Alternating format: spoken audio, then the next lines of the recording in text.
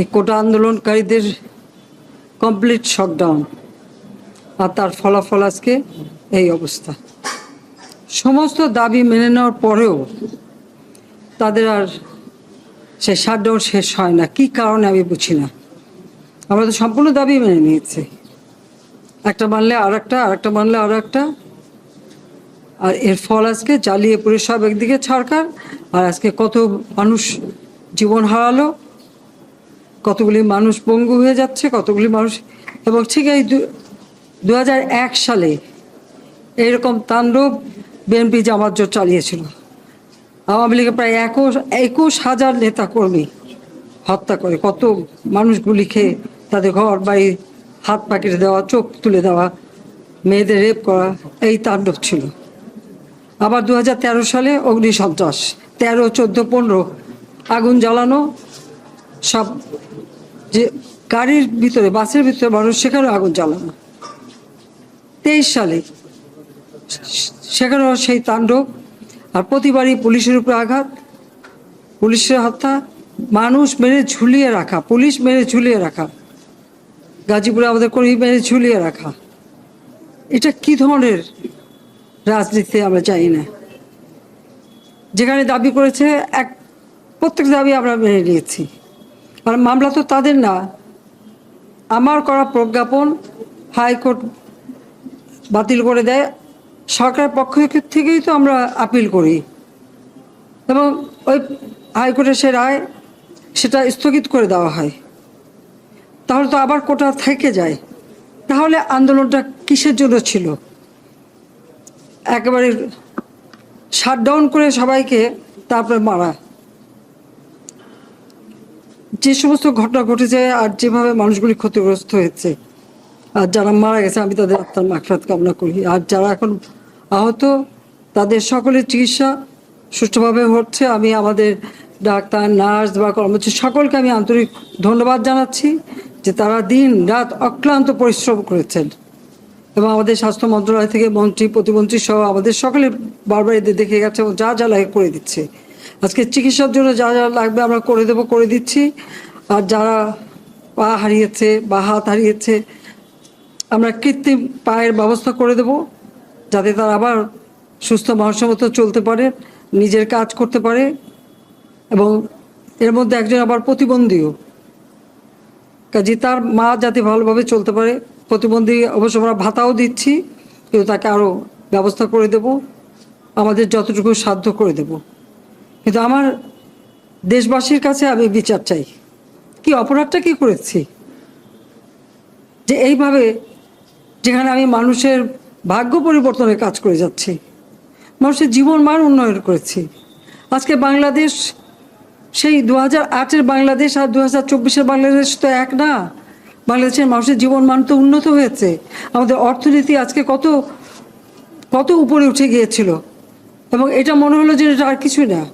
এটা আমাদের অর্থনীতিকে সম্পূর্ণ পঙ্গু করে দিয়ে বাংলাদেশকে আবার ভিক্ষুকের জাতি করে দেওয়া, এটাই বোধহয় এদের পিছনে ষড়যন্ত্র।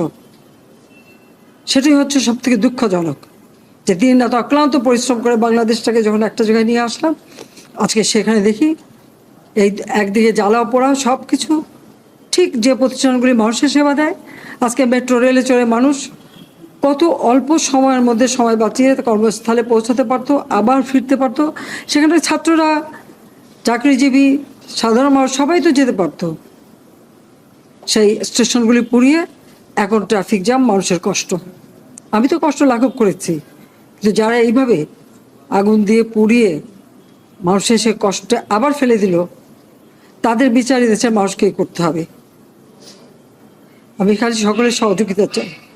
আর এইভাবে মায়ের কোল খালি হোক এটা আমি চাই না, কারণ আমি তো বাবা মা সব হারিয়েছি। আমি তো জানি হারাবার ব্যথা কত কষ্ট, কিন্তু সেই কষ্ট বুকে নিয়ে তো ফিরে আসতে এদেশের মানুষের জন্য। এখানে আমার তো কোনো চাওয়া পাওয়া নাই।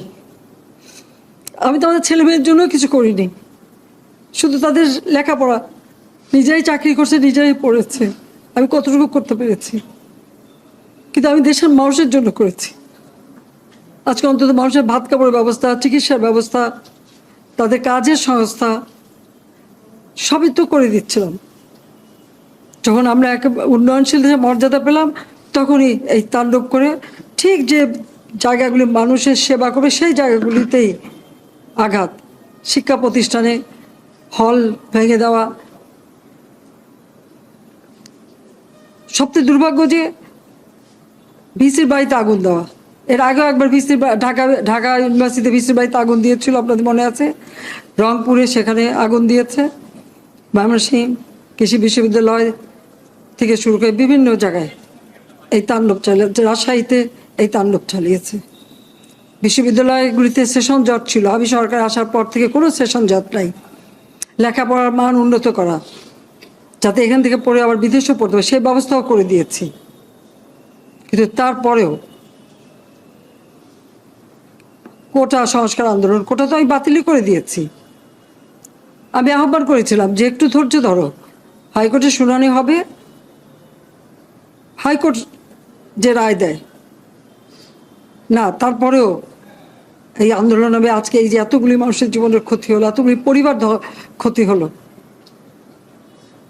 এর দায় দায়িত্ব কাদের?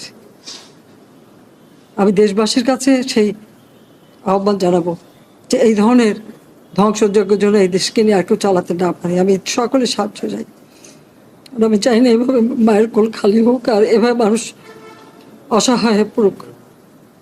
এই হাসপাতালটাই তো আজকে আপনারা দেখেন কত সুন্দরভাবে করে দিয়েছি। কিছু নেই হাসপাতালে, একটা লিফটও ছিল না আমি যখন সরকারে আসি। আর সেই হাসপাতালও আমার আব্বা স্বাধীনতার পর জাতির পিতা বঙ্গবন্ধু শেখ মুজিবই করে দিয়েছিলেন। আমি সেটা উন্নতি করেছি বলেই তো আজকে চিকিৎসা দিতে পারছি, নইলে এত রোগীর চিকিৎসা দেওয়া কোনোদিন সম্ভব হতো না।